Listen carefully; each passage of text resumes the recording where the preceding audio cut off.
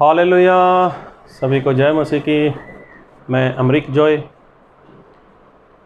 आज एक बार फिर प्रभु पिता का धन्यवाद करता हूं कि प्रभु पिता ने समय दिया आज एक बार फिर आपके साथ परमेश्वर के वचन को बांट सकूं।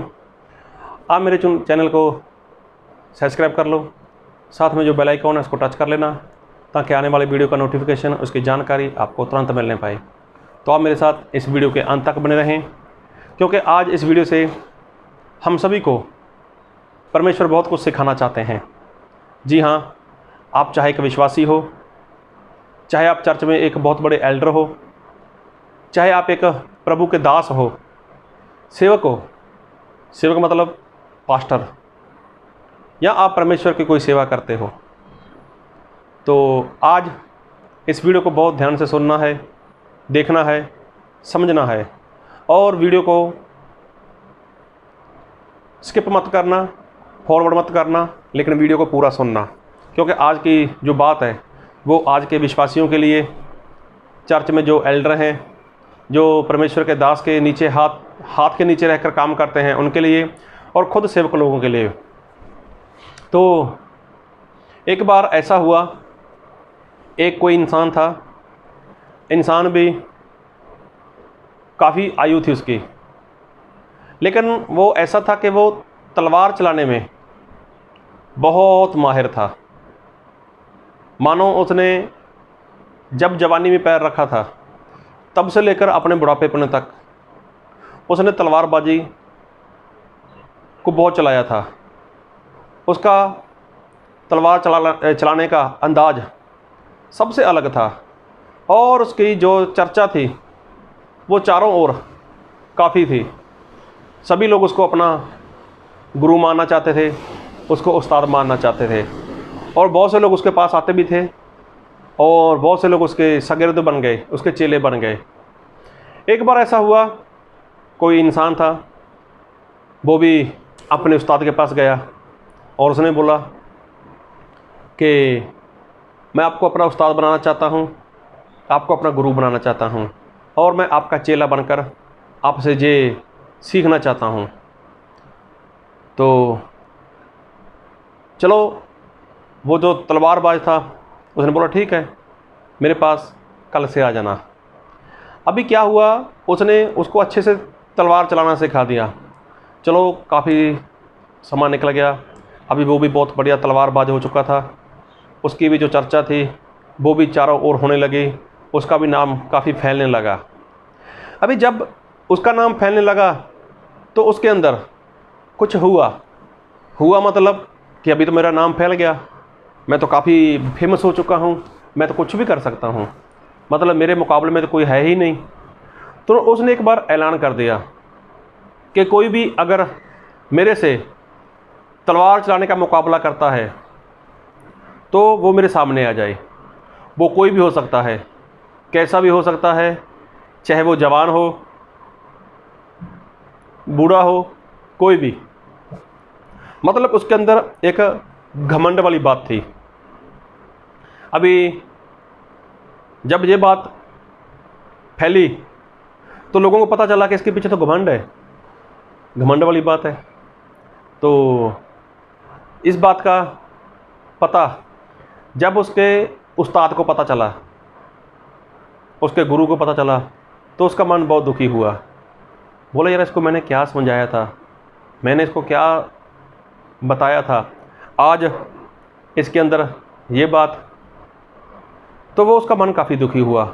चलो, उसके और चेले भी थे, तो और चेले उस गुरु के पास आए। उन्होंने बोला, गुरु जी ऐसी ऐसी बात है, उस्ताद जी ऐसी बात है कि आपका जो वो चेला है, हमारा साथी है, वो हमें हर बात में नीचा दिखाता है, हर बात में हमें वो मतलब कुछ नीचे ऐसी ऐसी बातें बोलता है कि हम कुछ सहन नहीं कर पा रहे। तो उन्होंने ऐसा बोला, बोले आप जाओ, उसको सबक सिखाओ। तो उस गुरु ने ऐसा बोला, नहीं आप लोग तो सीखे हो, आप जाओ। उन्होंने बोला हम नहीं उससे मतलब ये मुकाबला कर सकते, अगर मुकाबला करेंगे भी तो हम हार जाएंगे, हम जीत नहीं सकते उसके पास। तो गुरु ने बोला ठीक है, लेकिन मैं जाऊंगा, उसका जो घमंड है उसके घमंड को मैं तोड़ देता हूँ। तो गुरु अभी वो किसी के पास चला गया, एक ऐसे इंसान के पास चला गया तो जो तलवार बनाने का काम करता था। तो बात फैल गई कि अभी गुरु और चेले के बीच में मुकाबला होने वाला है। तो जो टाइम था, टाइम पीरियड भी आ चुका था पास में। तो जो गुरु था वो 2-5 दिन पहले एक ऐसे जो तलवार बनाने का काम करता था उसके पास चला गया, और सामने से उसको जाकर उसने ऐसा बोला कि मुझे 15 फीट की मयान चाहिए। तो जो उसका चेला था अभी वो उसकी छोटी छोटी बात की खबर रखता था कि मेरा गुरु है, मेरे से मुकाबला करेगा, अगर मैं गुरु को हार गया तो मेरी तो नाक कट जाएगी, या फिर लोग मेरे बारे में क्या सोचेंगे। अब इसके बाद अंदर बात ही कुछ ऐसी आ गई थी कि मैं गुरु को भी पीछे छोड़ देता हूँ, गुरु को भी गिरा देता हूँ, क्योंकि मेरे गुरु का उन दिनों में बहुत नाम रहा है। अब जब मैं अपने गुरु को हरा दूंगा तो उसका मतलब मेरा नाम और ज़्यादा फैल जाएगा। अब इसके अंदर घमंड वाली बात आ गई। उसके बाद गुरु ने ऐसा बोला कि मुझे 15 फीट की मयान चाहिए।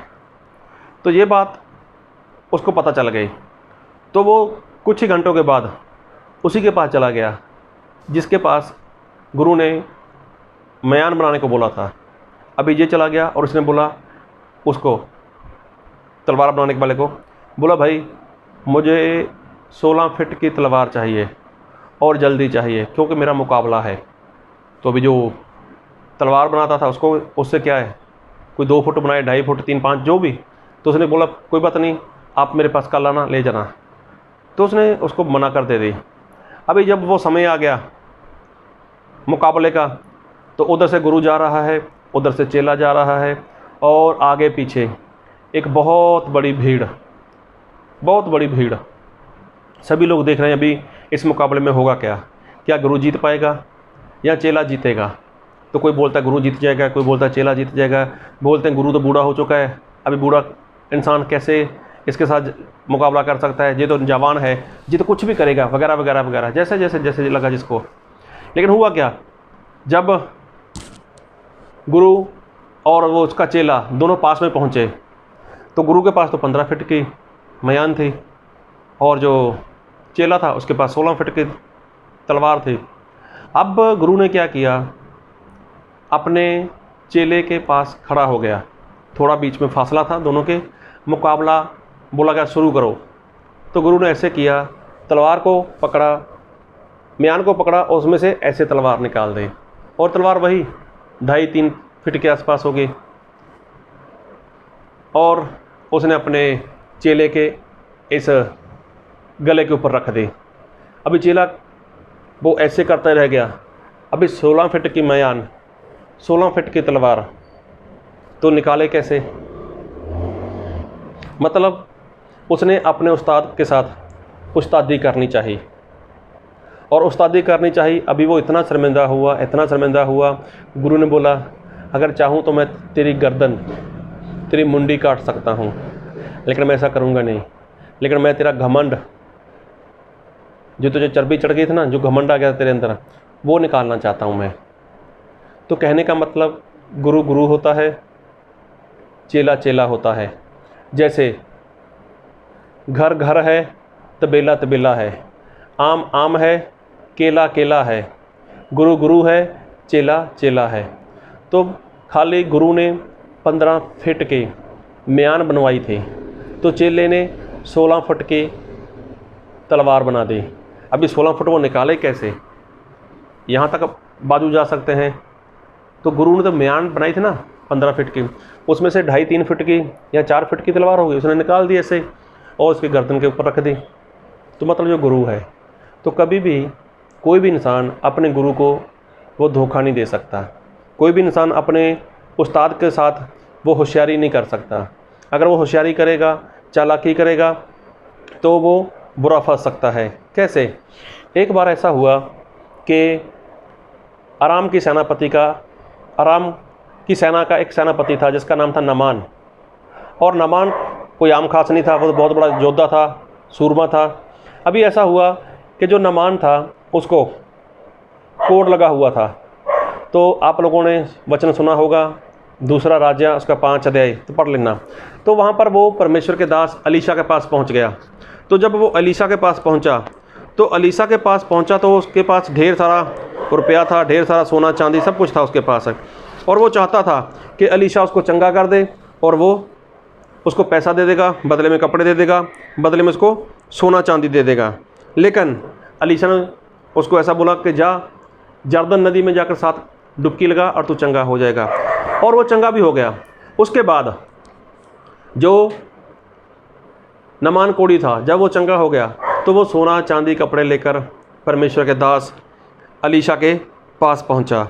जब वो अलीशा के पास पहुंचा तो परमेश्वर के दास ने उसको मना कर दिया, मुझे नहीं चाहिए। जब मुझे नहीं चाहिए तो उसके बाद क्या हुआ हम बाइबल से देखेंगे। और मैं पढ़ूंगा दूसरा राजा उसका 5 अध्याय उसके 20 वचन से कि परमेश्वर के भक्त अलीशा का सेवक गेहाजी सोचने लगा, मेरे स्वामी ने तो सब उस अरामी नामान को ऐसे ही छोड़ दिया है कि जो वह ले आया था उसको उसने ना लिया, परंतु यहोवा के जीवन की शपथ मैं उसके पीछे दौड़कर उससे कुछ ना कुछ ले लूँगा। अभी जो अलीशा था उसका एक चेला था, उसका एक शागिर्द था। तो उसने देखा, गेहाजी ने देखा, क्या देखा कि मेरे स्वामी ने तो सब कुछ लेने से मना कर दिया, कपड़े लेने से मना कर दिया, सोना चांदी पैसा लेने से मना कर दिया, लेकिन मैं तो परमेश्वर के दास की नहीं सुनने वाला, मैं तो मेरे उस्ताद की सुनने वाला नहीं हूँ, मैं तो मेरे गुरु की सुनने वाला नहीं हूँ, मैं तो पीछे जाऊँगा और उससे कुछ ना कुछ प्राप्त करूँगा। और वो भागा वहाँ से और भागा। तो जब भागा तो रास्ते में चलते हुए नमान ने पीछे देखा, उसके पीछे कोई दौड़ा आ रहा है। जब उसने देखा तो उसने बात क्या की, हम बाइबल से देखते हैं इसके 21 वचन से। तब गेहाजी नमान के पीछे दौड़ा। नमान किसी को अपने पीछे दौड़ता हुआ देखकर उससे मिलने को रथ से उतर पड़ा और पूछा, सब कुशल से में तो है? उसने कहा, हाँ सब कुशल तो है, परंतु मेरे स्वामी ने मुझे यह कहने को भेजा है कि एफ्रीम के पहाड़ी देश के भविष्यवक्ताओं के चेलों में से 2 जवान मेरे यहाँ अभी आए हैं, इसलिए उनके लिए एक के कार चांदी और 2 जोड़े वस्त्र दे। तो नमान को ऐसा बोलता है, देखो उसने झूठ बोल दिया कि मेरे स्वामी को कपड़ों की चांदी की ज़रूरत है। तो देखो नमान तो चलो देने के लिए आया था, उसकी तो कोई गलती नहीं है। अरे उसने तो ऐसा किया, अरे इतने बड़े परमेश्वर का दास है, उसने मेरे लिए इतना बड़ा काम किया है, तो उसने अपने कुछ नौकर लोगों को बोल दिया, बोले ये सामान लेकर जाओ, इसके साथ चले जाओ और ये सामान उसके घर तक छोड़ के आओ। तो देखो जो गेहाजी है उसको भी सामान उठाने नहीं दिया। तो उसके बाद जब वो सामान लेकर आया तो उसके पास क्या हुआ, हम बाइबल से देख लेते हैं और मैं पढ़ूंगा आपके लिए 24 वचन। जब वह टीले के पास पहुंचा तब उसने उन वस्तुओं को उनसे लेकर घर में रख दिया और उन मनुष्यों को विदा किया और वे चले गए। अभी उसने अपना सामान अपने पास रख लिया, उसको संभाल कर रखा और लोगों को वहाँ से विदा कर दिया। तो फिर क्या हुआ, फिर लिखा 25 में, तब वह भीतर जाकर अपने स्वामी के सामने खड़ा हुआ। अलीशा ने उससे पूछा, हे गेहाजी तू कहाँ से आता है? उसने कहा, तेरा दास तो कहीं नहीं गया। अभी देखो स्वामी, उस्ताद, गुरु। उसने पूछा, गेहाजी तू कहाँ था, कहाँ जाकर आया? अभी देखो वो झूठ बोल रहा है कि मैं तो गया ही कहीं नहीं, मैं तो यहीं पर था। एक तो झूठ बोल रहा है, ऊपर से होशियारी कर रहा है। तो उसके बाद देखो परमेश्वर के दास ने बोला, गेहाजी जब तूने सब कुछ ये काम किया तो क्या मेरा आत्मा तेरे साथ नहीं था?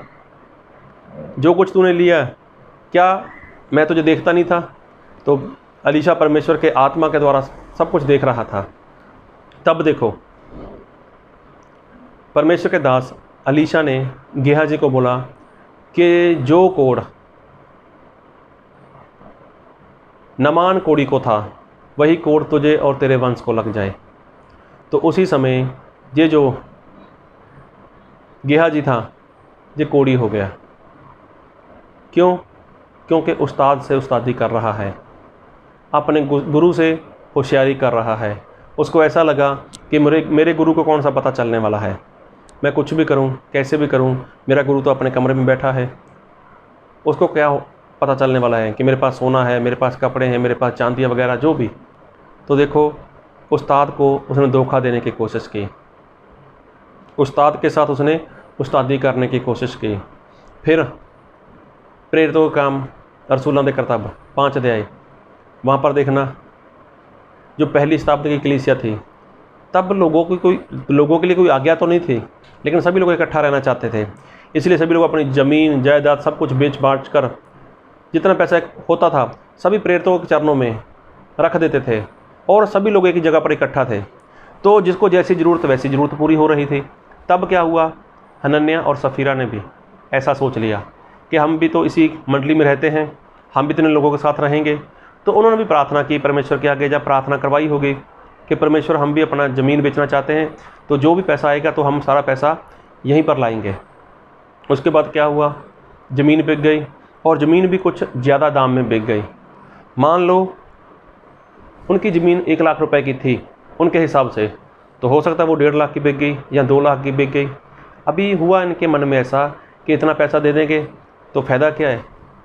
तो इन लोगों ने वहाँ पर गड़बड़ी कर ली। गड़बड़ी क्या कर ली, दोनों पति पत्नी एक मन हो गए गलत बात के लिए। कोई तुझे पूछे कितने की दी है ज़मीन तो इतने की बोलना, कोई मुझे पूछेगा मैं इतने की बोलूँगा, इसके अलावा हमें एक भी शब्द नहीं बोलना, कहीं पर भी नहीं बोलना। कोई भी पूछे कैसा भी हो, बोलना ही नहीं है। मतलब एकता कर ली इन लोगों ने, मैं किसी को नहीं बोलूँगा, तुम किसी को मत बोलना। अभी देखो ये बात जब हो गई दोनों में, तो पैसा लेकर हनन्याह पतरस के पास पहुंचा। तो पतरस को तो परमेश्वर के आत्मा ने बता दिया। अभी देखो परमेश्वर के दास ने बोला, हे हनन्याह, तेरे मन के अंदर शैतान क्यों समा गया। मतलब तू मुझसे झूठ बोलता है, पवित्र आत्मा से झूठ बोलता है, परमेश्वर से झूठ बोलता है। देखो यहाँ पर भी उसने उस्ताद के साथ उस्तादी करनी चाहिए, उस्ताद के साथ उस्तादी करनी चाहिए। तो देखो वो मर गया वहाँ पर। सफीरा आई, उसने भी झूठ बोल दिया और वो भी मर गई। कहने का मतलब कि इनको ऐसा था कि हमारे उस्ताद को, हमारे सिखाने वाले को, जो हमारी देखभाल करते हैं, उनको कौन सा पता चलने वाला है। तो कोई माने चाहे ना माने, लेकिन परमेश्वर अपने सेवक को बता देते हैं, सब कुछ बता देते हैं। इसलिए अगर आप चर्च में एल्डर हो तो कभी भी अपने उस्ताद के साथ उस्तादी मत करना, वरना बुरे फंस जाओगे, बुरे फंस जाओगे। इसलिए आप कभी भी अपने गुरु को, अपने उस्ताद को कभी भी धोखा नहीं दे सकते।